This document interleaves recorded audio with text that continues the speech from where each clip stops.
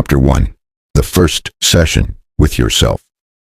What if the answers you've been searching for weren't hidden in someone else's advice, but buried quietly inside you, just waiting to be heard? Let's begin here, not on a therapist's couch, not in a clinical setting, but right where you are. This is your first session, and your therapist is you. Self-therapy doesn't begin with solutions. It begins with stillness, noticing the chaos, feeling the noise, realizing you've been reacting for so long that you've forgotten how to observe. In this chapter, we'll take a step back, not to solve, not to fix, but to see the problem behind the problem. We often walk around with symptoms, stress, anxiety, overthinking, sadness, but we don't ask ourselves, where is this coming from? Instead, we reach for another distraction, another to-do list, another motivational quote. But here's the truth no one tells you. Your mind isn't broken. Your emotions aren't wrong. Your thoughts aren't the enemy. They're just signals. They're messages. They're whispers from the parts of you that have gone unheard for too long. When you experience fear or doubt, your mind isn't trying to ruin you. It's trying to protect you. But it's stuck in outdated programming, like an old GPS that still thinks the road ahead is closed. Self-therapy begins by listening to what your mind is trying to say, underneath the noise. Self-awareness is the beginning of healing. Pause right now and ask yourself, what am I really feeling? Where is this emotion living in my body? What does this thought want me to know?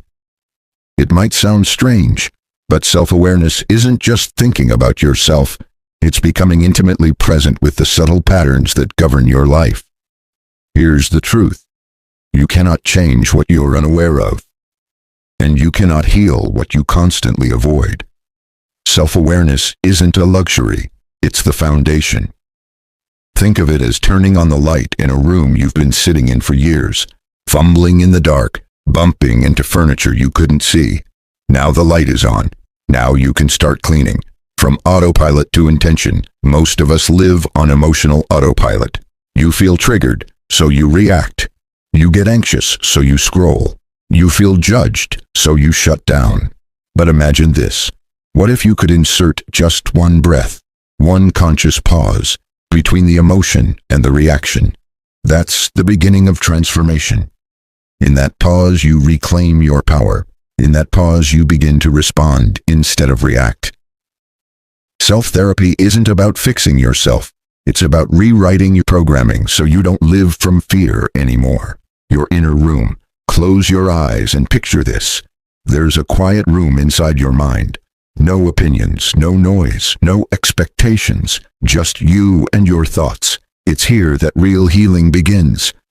Not on Instagram, not in self-help quotes, but in your willingness to sit with yourself, with patience, compassion, and curiosity. This room isn't always comfortable. There might be dust, there might be echoes, but every time you return it becomes more familiar, more safe, more yours. You are not your anxiety. You are not your past. You are not broken. You are the space that holds it all. And you have the power to make sense of it, one insight at a time. Practical exercise, the mirror journal.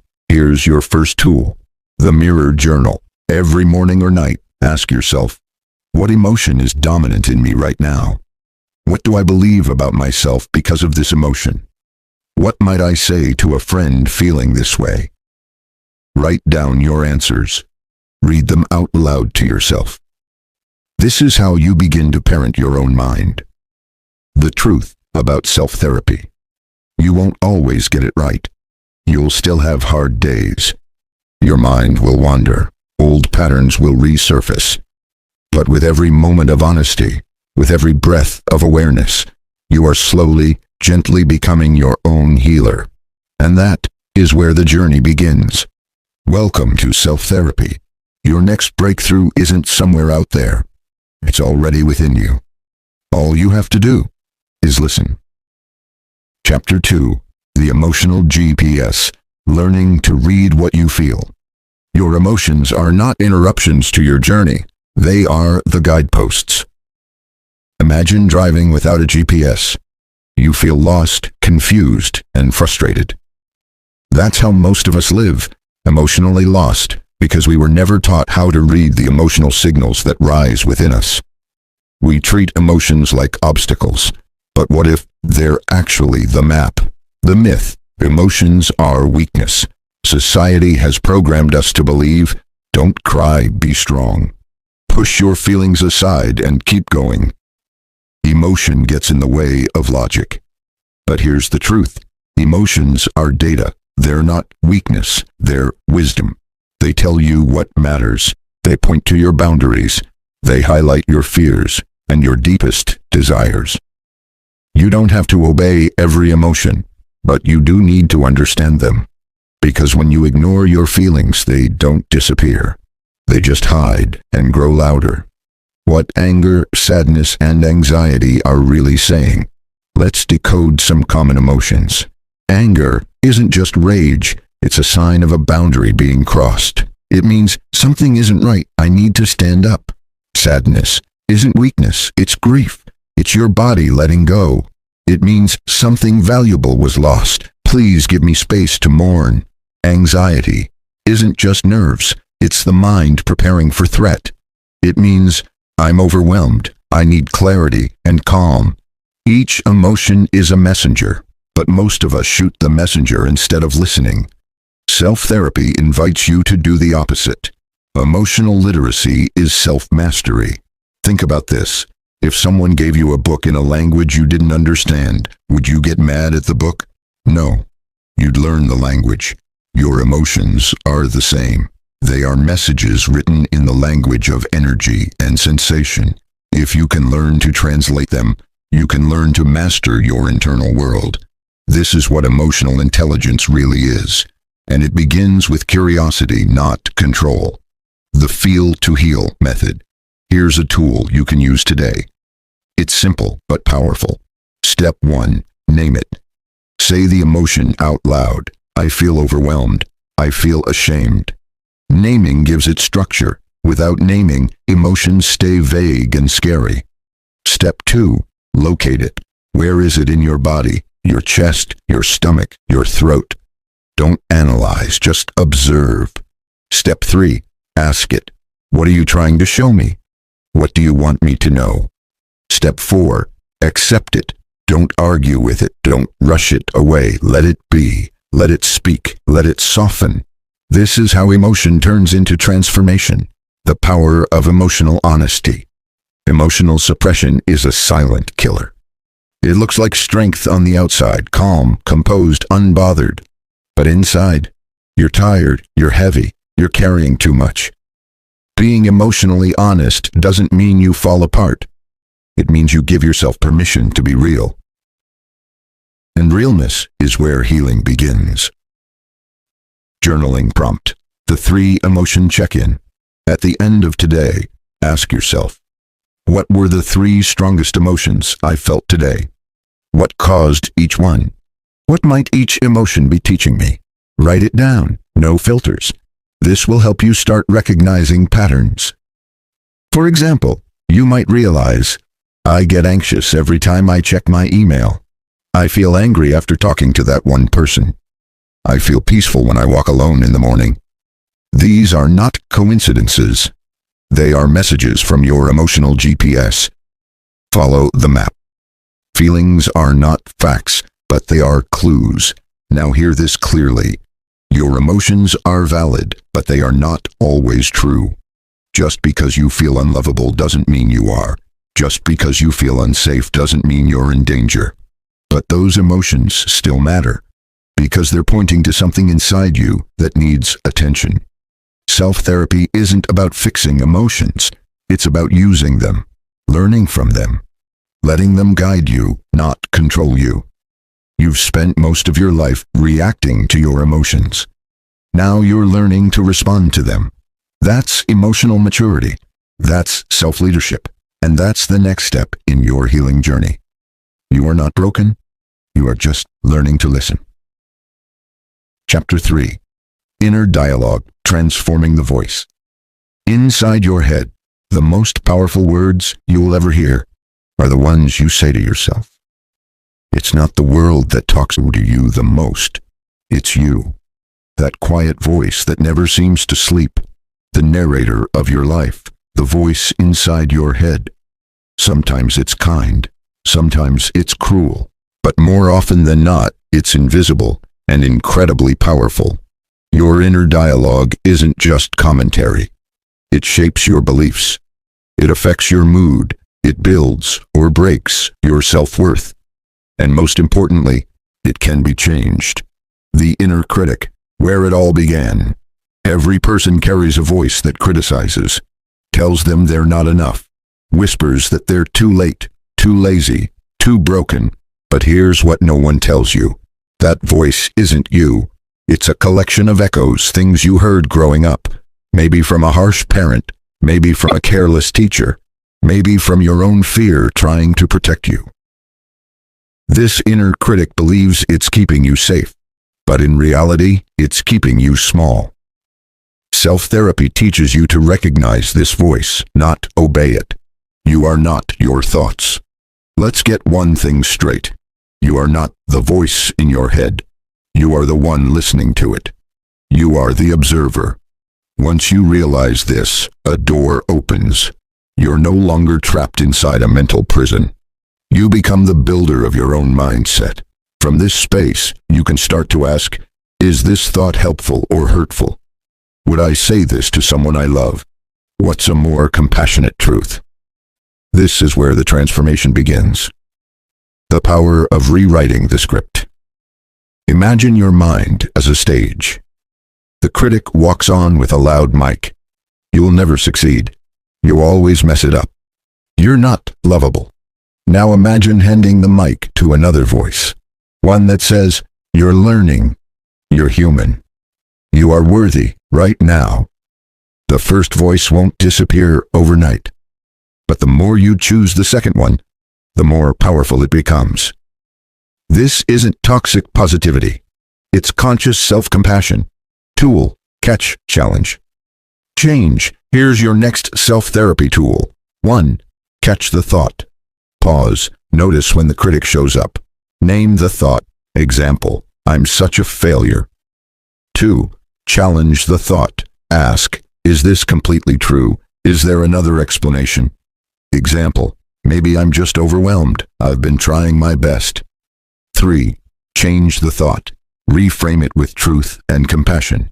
Example, I'm not a failure. I'm facing something hard and I'm still moving forward. Use this process daily. With practice, it rewires your thinking. Journaling prompt. The self-talk mirror. Every night, answer these 3 questions in your journal. What did I say to myself today that was unkind or judgmental? What triggered it? What would I say to a close friend in that moment instead? Then rephrase it and read it out loud. Over time, you'll start to speak to yourself the way you speak to someone you love. Because you deserve nothing less. Your inner voice is your home. You live inside your mind more than anywhere else. So ask yourself, is it a place of peace or punishment? If a friend talked to you the way you talk to yourself, would you want to stay? This is the heart of self-therapy, turning your inner voice from an enemy into an ally. You won't silence the critic completely, but you can choose who you give the microphone to. Every single day. Closing reflection. The voice you use with yourself becomes your emotional climate. It determines whether you grow or shrink. And here's the best part. You don't need permission from anyone else to begin changing it. You just need one thing. The courage to listen, then speak back with love. Chapter 4. Triggers are teachers, turning pain into power. What if the things that hurt you could also heal you? We all have them. Moments that light a fire inside us. Words that sting deeper than they should. Situations that make our heart race, our voice shake, or our mind shut down. These are triggers. And while they feel like enemies, they're actually messengers.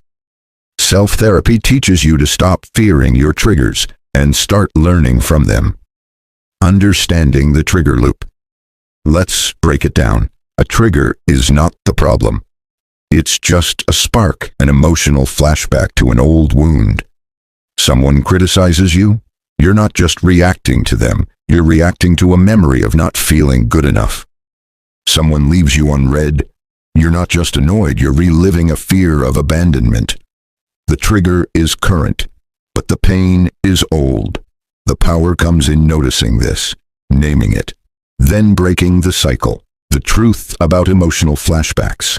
Unlike trauma that stems from physical danger, many emotional triggers come from psychological wounds. Not being seen, not being heard, not being chosen, being blamed, being neglected. When something in the present reminds you of that wound, even subtly, your nervous system says, alert, danger, protect.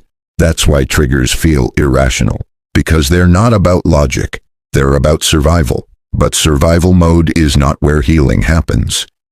Self-therapy invites you to move into awareness instead. The 4-step trigger healing process.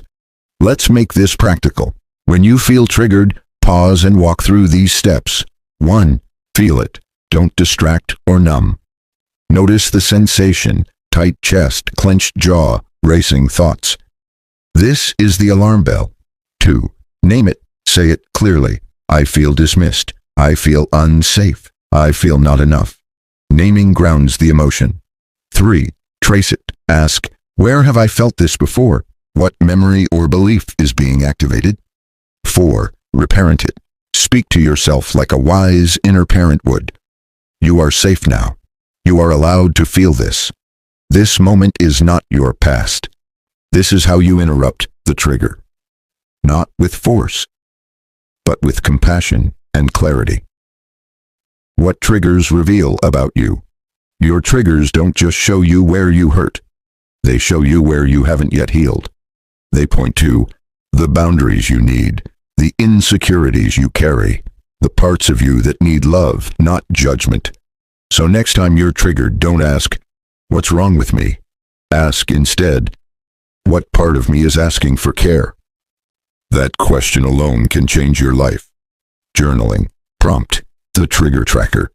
Start this simple, transformative practice. Every time you feel triggered, write down, what happened? What did I feel, emotionally, physically? What belief did it touch? What did I need in that moment? Over time, you'll see patterns. You'll begin to predict your triggers and protect your peace. Not everything deserves a reaction. Here's another truth. Not every trigger needs to be acted on. Sometimes the most powerful response is a pause, a breath, a step back, a choice to respond rather than react. Your growth is measured not by how perfect you are, but by how aware you become. Closing reflection. Your triggers are not signs of failure. They are portals leading you back to parts of yourself you've abandoned. Self-therapy means choosing not to run from those parts, but to sit with them, to listen, to love, because only when you face what hurts can you truly become whole. And remember, you are not too much. You are just finally feeling what was always there. That is not weakness. That is healing. Chapter 5. Boundaries, the silent language of self-respect. You don't set boundaries to control others. You set them to honor yourself.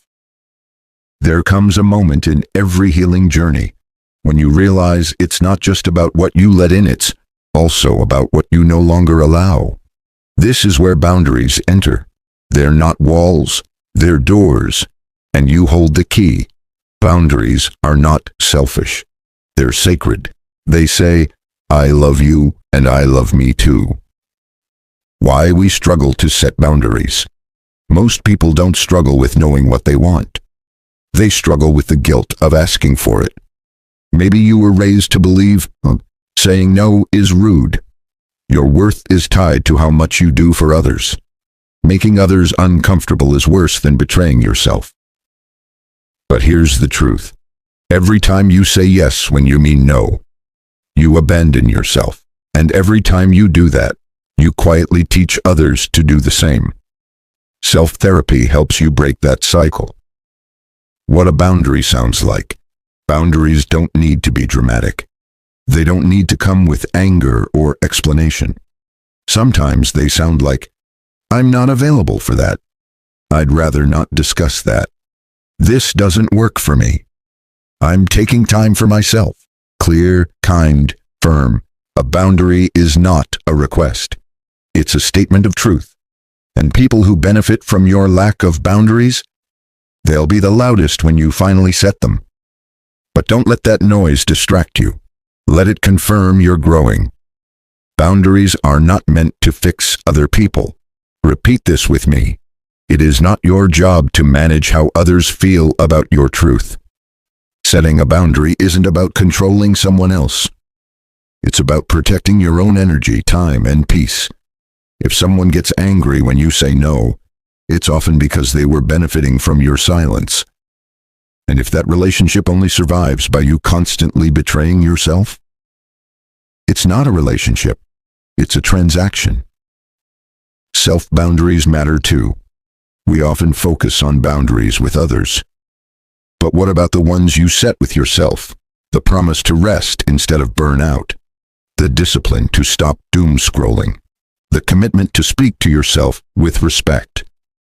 These internal boundaries are the foundation. If you don't honor your own limits, why would anyone else? Tool, the boundary blueprint. Here's a self-therapy tool to make boundary setting easier. 1. Identify the leak. Where in your life do you feel resentment, dread, or exhaustion? That's where a boundary is needed. 2. Get specific. What behavior is crossing the line? What do you need instead? Example, I feel drained when I get last-minute work tasks after 6 p.m. I need my evenings respected. 3. Communicate clearly. Use I statements. Be direct, not defensive. Example, I'm unavailable for work messages after 6 p.m. I'll respond the next morning. 4. Hold the line. People may test it. Stand firm with calm consistency. Boundaries are not one-time declarations. They're habits of self-honor. Journaling prompt. My boundary inventory. Write down. Where do I feel drained or taken advantage of? Where have I been betraying my own needs? What is one boundary I can set this week to protect my peace? Then write the exact sentence you'd use to express it, out loud or in writing. Boundaries are not about pushing others away. They're about bringing yourself closer to who you truly are. They are acts of self-love, self-trust, self-ownership. Every time you set one, you say, I am no longer available for a life that costs me my peace. And that, my friend, is not just therapy. It's transformation. Here is Chapter 6 of The Art of Self-Therapy by Nick Trenton, diving deeper into the transformative journey of self-awareness and emotional healing. Chapter 6, The Power of Self-Awareness, Awakening to Your True Self. Awareness is the first step toward transformation. You've been living in your mind all your life. But have you really seen yourself? We go through life on autopilot, reacting, adapting, surviving. But real healing happens when you wake up to what's been going on underneath the surface. Self-therapy is the practice of awakening. It's about noticing the parts of you that have been hiding, silent, or ignored. And when you finally see them, everything changes. The default mode of life. It's easy to let life take the lead, to fall into patterns, relationships, and choices that are comfortable, even if they don't serve you. This is the default mode of being. But default mode is also where we lose ourselves, where we keep repeating the same patterns, where we make decisions that aren't really ours. Self-awareness asks you to stop running on autopilot. It invites you to look closely at what's happening in your mind, emotions, and choices. When you develop the ability to step back and observe your thoughts, feelings, and behaviors, you awaken from that autopilot sleep. You realize something. You are not the sum of your automatic reactions. You are the one who chooses them. The inner observer, your true self. In the midst of all your thoughts, feelings, and noise, there is a place of stillness. a space that observes but does not judge. This is your inner observer, and when you connect with it, you unlock the ability to pause before reacting. Self-therapy teaches you to strengthen this inner observer, to recognize that you are the conscious witness of your emotions, thoughts, and reactions. The goal is not to control your thoughts or suppress your feelings. The goal is to observe them without attachment. When you see your emotions and thoughts as temporary experiences, you realize they don't have to define you. The 3 levels of awareness. To build true self-awareness, you must learn to deepen your attention on 3 levels. Thought awareness. What are you thinking in this moment? What are your immediate reactions? What beliefs are driving those thoughts? Is there an underlying story you've been telling yourself for years? Emotional awareness. What are you feeling beneath those thoughts? Is there an emotional undercurrent that you haven't fully acknowledged? What are the patterns in your emotional responses? Behavioral awareness. What are you doing in response to your thoughts and emotions? Are you acting in alignment with your true desires and values? Or are you reacting from old conditioned patterns? The more you practice observing yourself on these 3 levels, the clearer you become about who you really are and who you want to be. The mirror of your actions. Your actions reveal your inner state. What you choose to do, how you react to others, how you treat yourself, all of it is a mirror of your inner world. This is not about judgment. It's about seeing yourself clearly so you can make the conscious choice to change. Tool. The daily self-awareness. Check-in. Start each day with a simple but powerful habit. 1. Take 3 deep breaths. 2. Ask yourself, what do I need to be aware of today? How am I feeling emotionally right now? What patterns do I want to change? What do I want to create today? 3. Set an intention. I will pause before reacting. I will practice being aware of my thoughts, emotions, and actions today. By setting the intention at the start of the day, you train your mind to stay awake, present, and intentional throughout the day. The power of reflection. At the end of each day, take a few moments to reflect. Ask yourself, what did I learn about myself today? What thoughts, emotions, or behaviors showed up that I want to understand better? What can I do tomorrow to continue growing? Self-awareness isn't about perfection. It's about progress, and the more you practice it, the more you begin to trust your own clarity and intuition. Journaling. Prompt. My inner world. Write about your inner experience. What thoughts, feelings, and behaviors did you notice today? What did you learn about yourself? Where do you still feel stuck, and how can you start to make a shift? Use this as a tool to deepen your connection with yourself, because the more you understand your inner world, the more power you have to change it. You are not your thoughts. You are not your emotions. You are not your behaviors. You are the one who observes them all.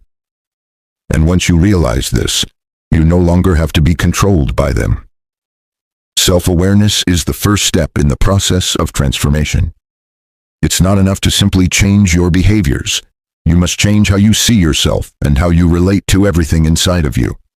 And as you continue to observe, to witness, to pause and reflect, you'll realize something profound.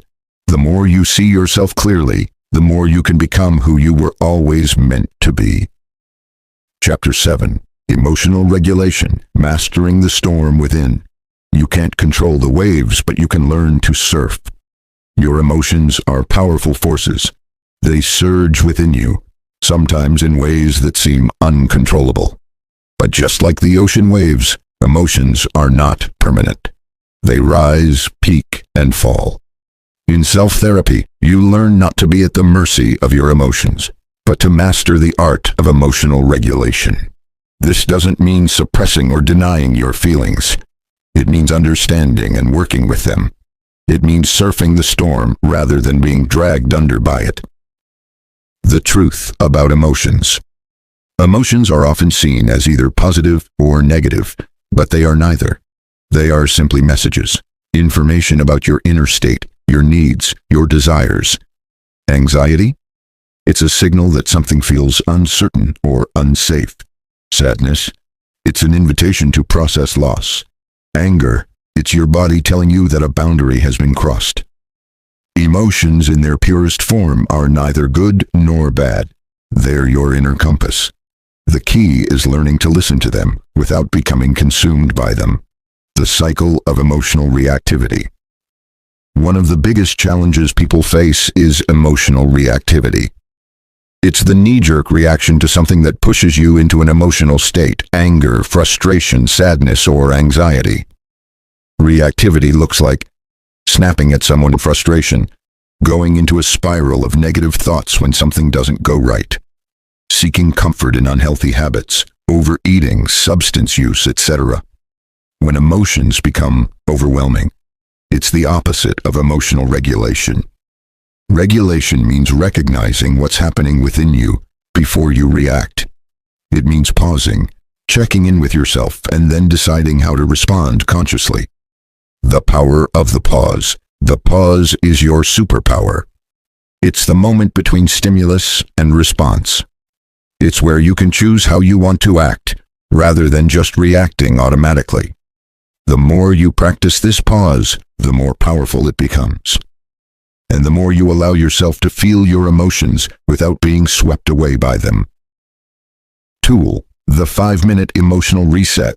This tool is designed to help you regain control when you feel overwhelmed by your emotions. 1.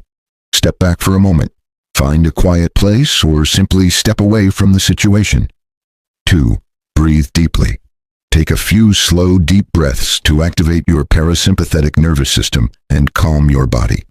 3. Name your emotion. What exactly are you feeling? Name it.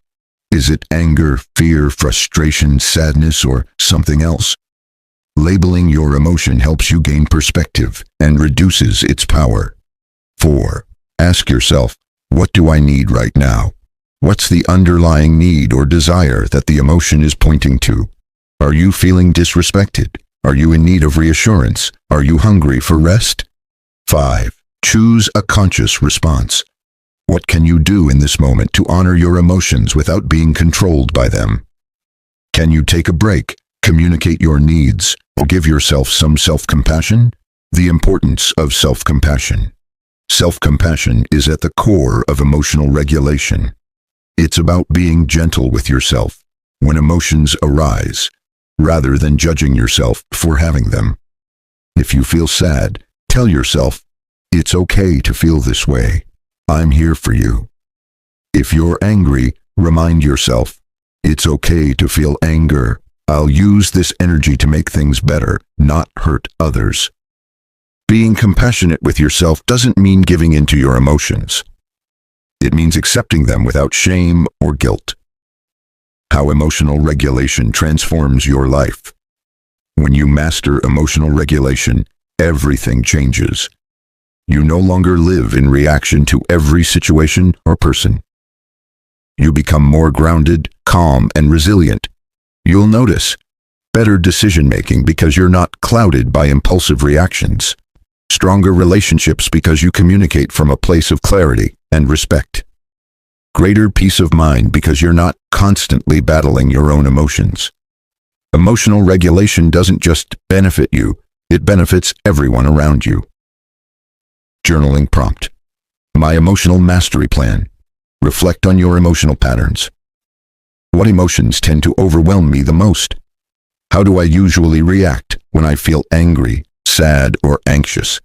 What do I need to change in how I respond to my emotions? Then write down a specific plan for the next time you feel overwhelmed. What will your 5-minute emotional reset look like? How can you begin to practice emotional regulation today?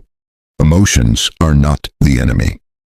They are signals to be understood, not ignored. By learning to regulate them, you empower yourself to live a life that is balanced, intentional, and calm. The storm will still come, but with emotional regulation, you'll be the one steering the ship, not the waves. When you learn to surf your emotions, you master not only your internal world, but also your external reality. Chapter 8. Challenging your beliefs, rewriting your inner story.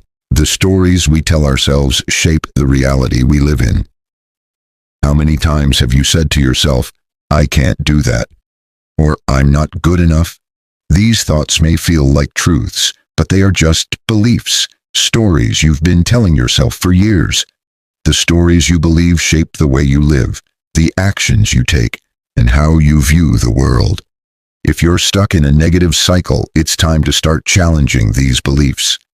It's time to ask, are these stories really true, or have I been telling myself lies? The power of beliefs. Our beliefs are like the lens through which we view the world. They determine how we perceive our experiences, how we interpret our failures, and how we react to challenges.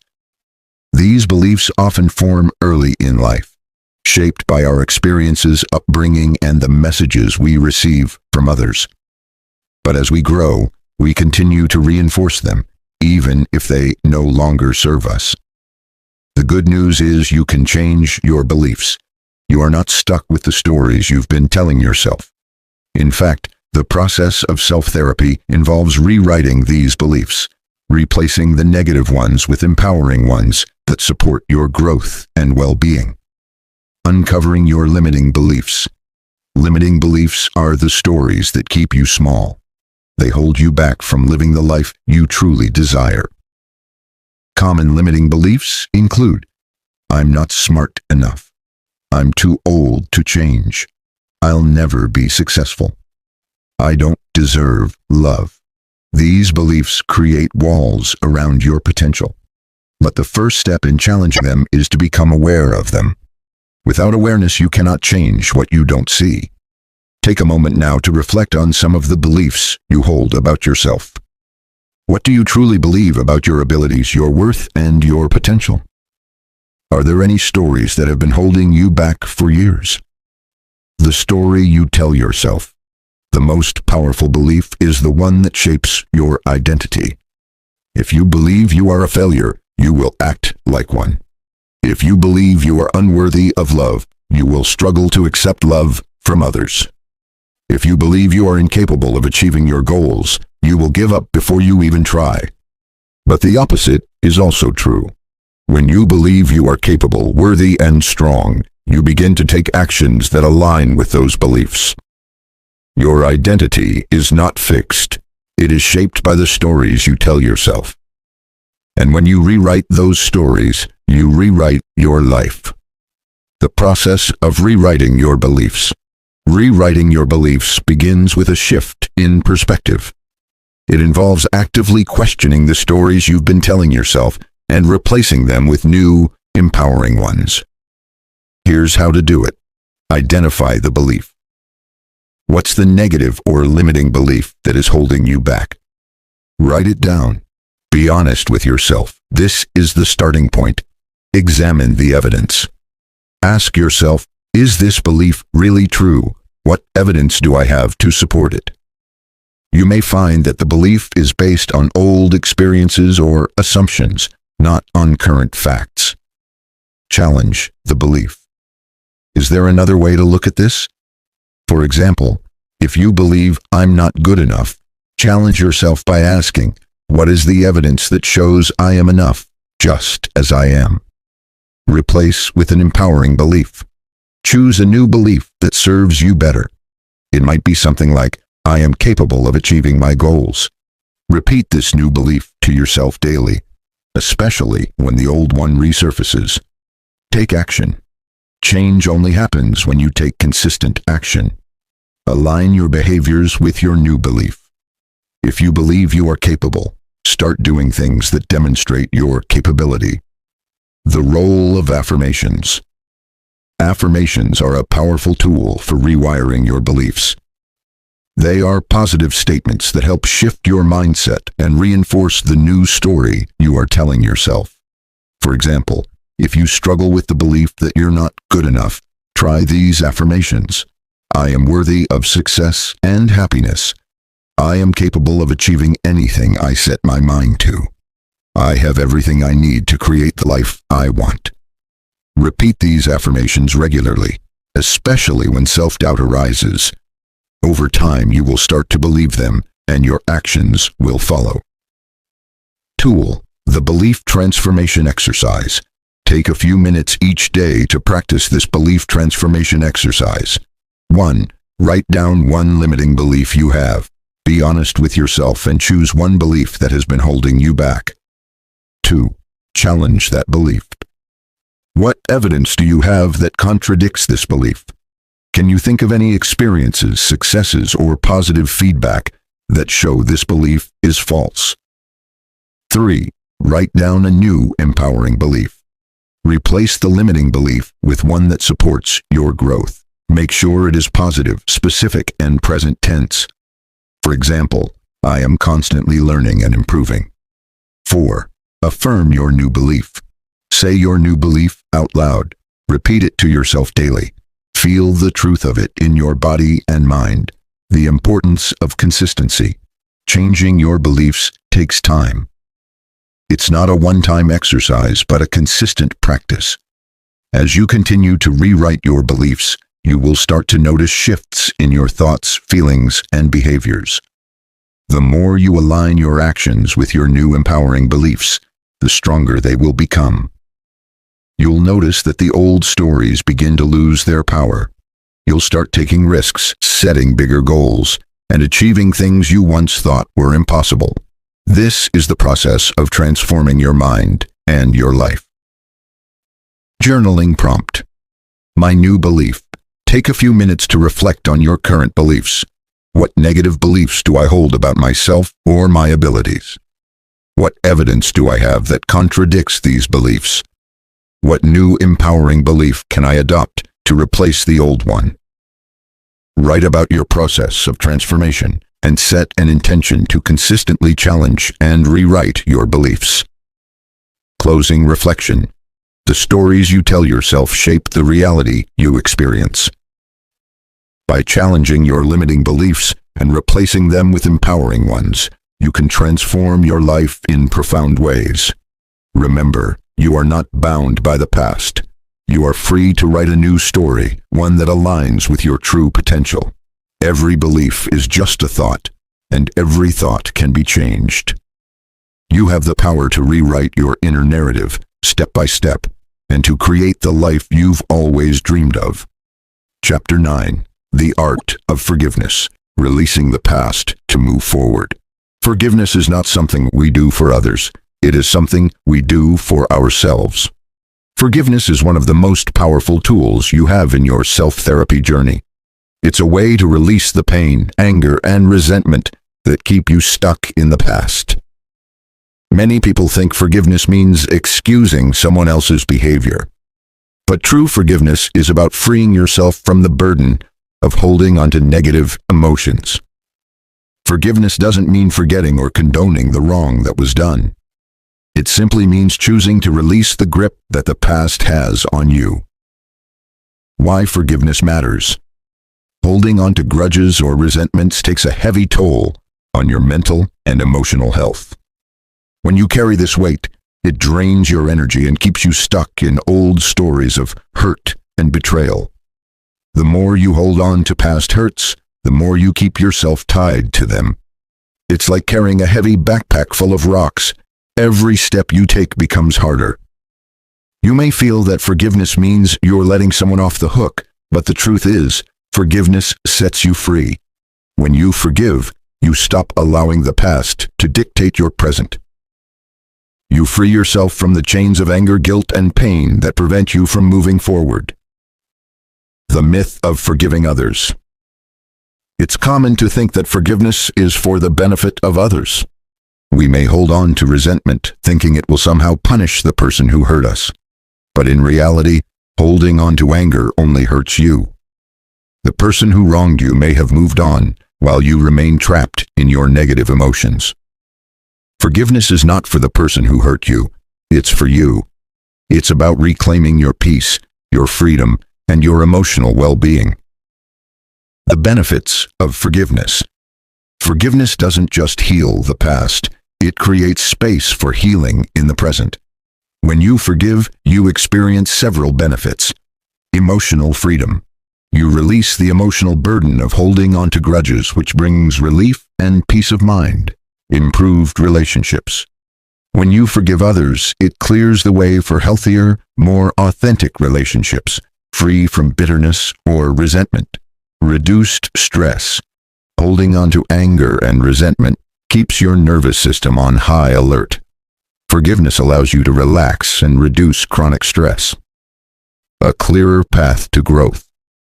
Letting go of past hurts makes room for new opportunities, experiences, and personal growth. The process of forgiveness.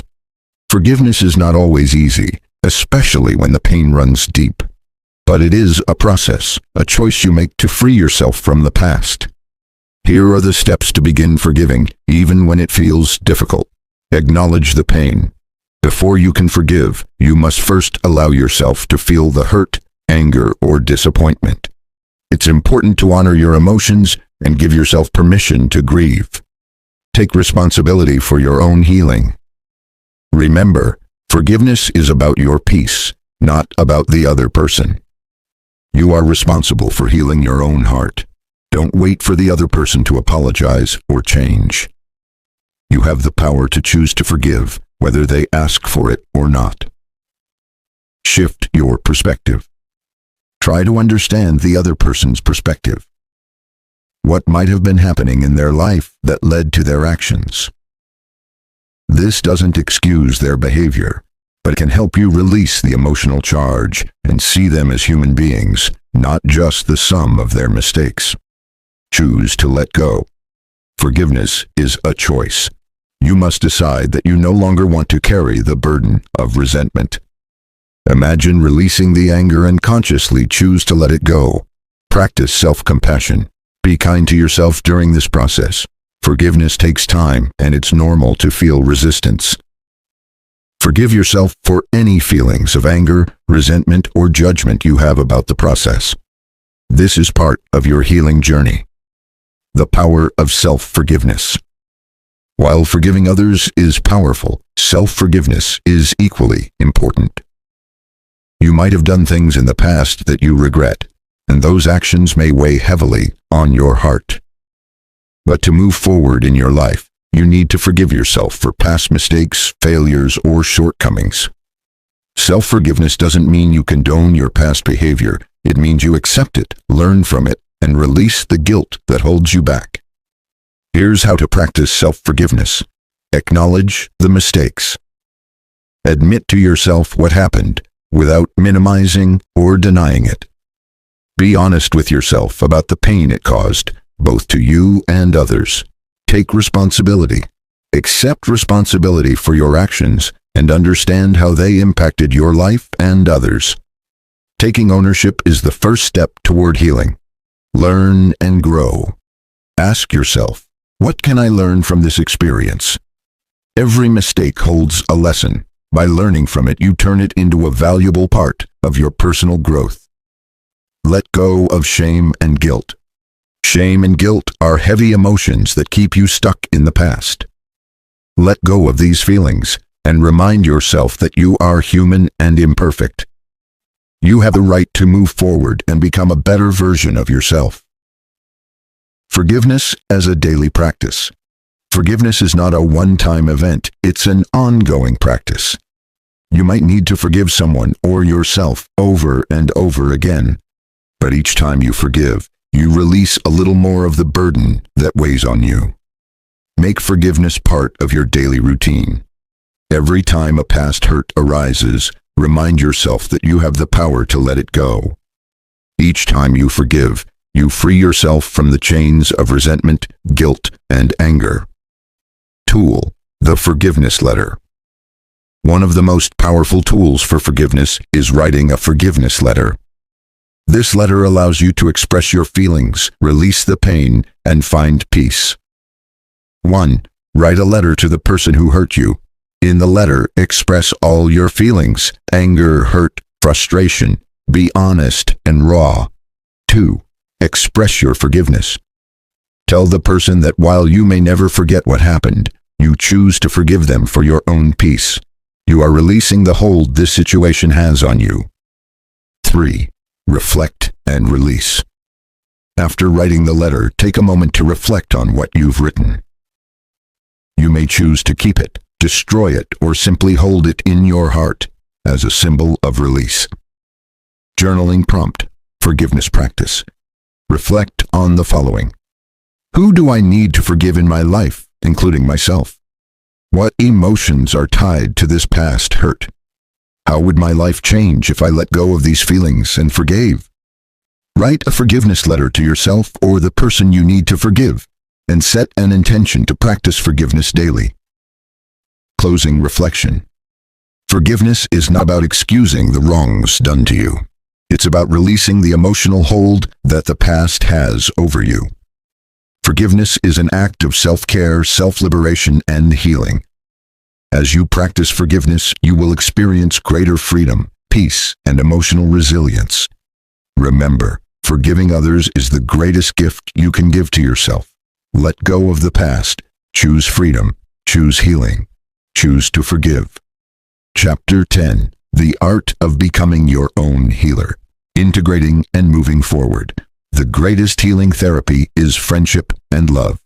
Hubert H. Humphrey. In this final chapter, we bring together everything you've learned throughout the art of self-therapy.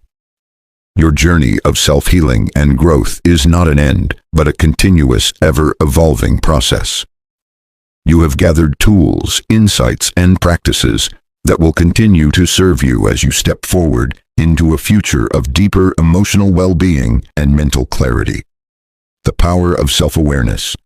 Self-awareness is the cornerstone of healing.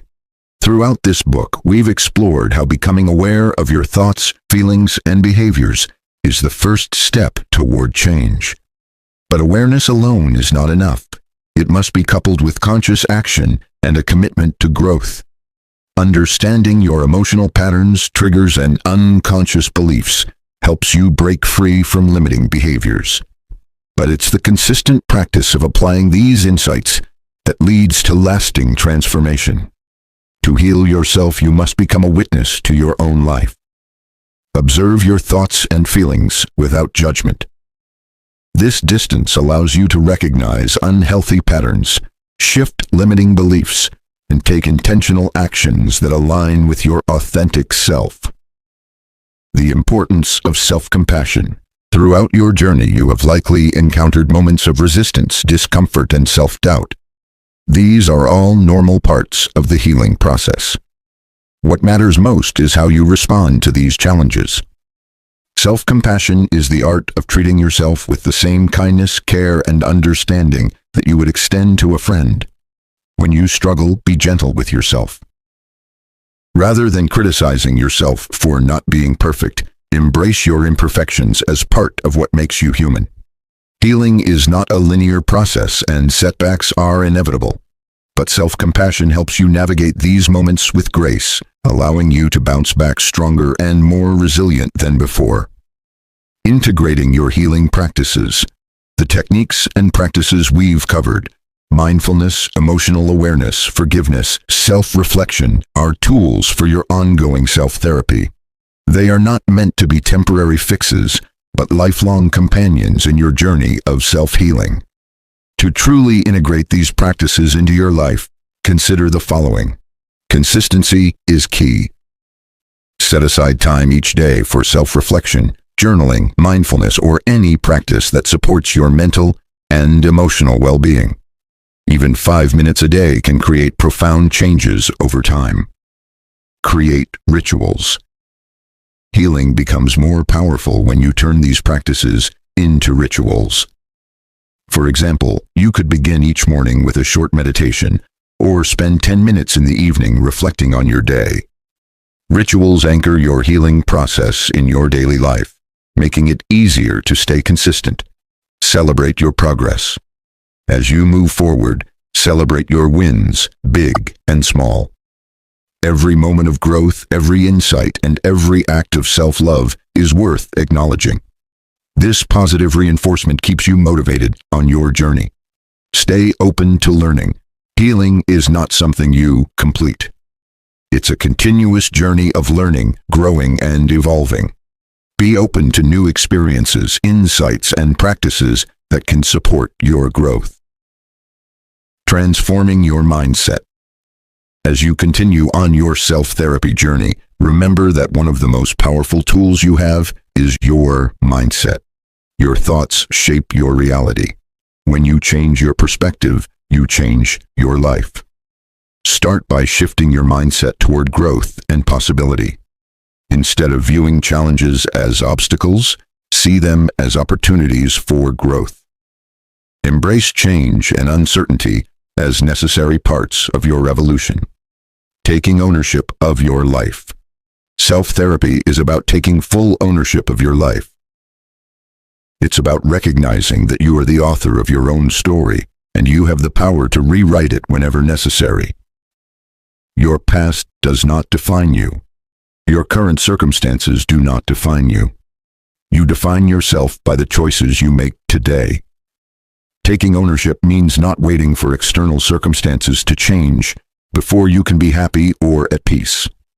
It means accepting responsibility for your own well-being and committing to take action every day to move closer to the person you want to be. Living with purpose and passion. Once you've gained a deeper understanding of yourself, it's time to step into your purpose. What is it that lights you up? What are you passionate about? What makes you feel alive? Living with purpose is the key to lasting happiness. When you align your actions with your values and passions, life becomes more meaningful and fulfilling. You stop living on autopilot and start living with intention. You may not have all the answers yet, and that's okay.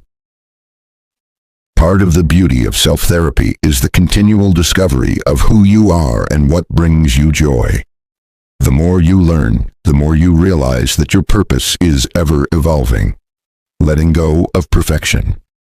In our society, there is often pressure to be perfect, to have it all together, to never show vulnerability, and to always appear strong. But perfection is an illusion.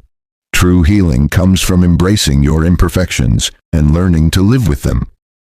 Letting go of perfection means accepting that you are a work in progress. It's about giving yourself permission to be human and to make mistakes. In fact, it's often through our mistakes that we learn and grow the most. So let go of the pressure to be perfect and embrace the journey of becoming your authentic self. Tool: the Future Visioning Exercise. One of the most powerful ways to continue your journey of self-therapy is to have a clear vision of your future self. What do you want your life to look like in 1 year, 5 years, or even 10 years? Take a moment to close your eyes and envision your ideal future. What do you see? How do you feel? What kind of person are you becoming? Write down your vision and refer to it regularly. This vision will serve as your guiding light, keeping you focused and motivated on your journey of healing and growth.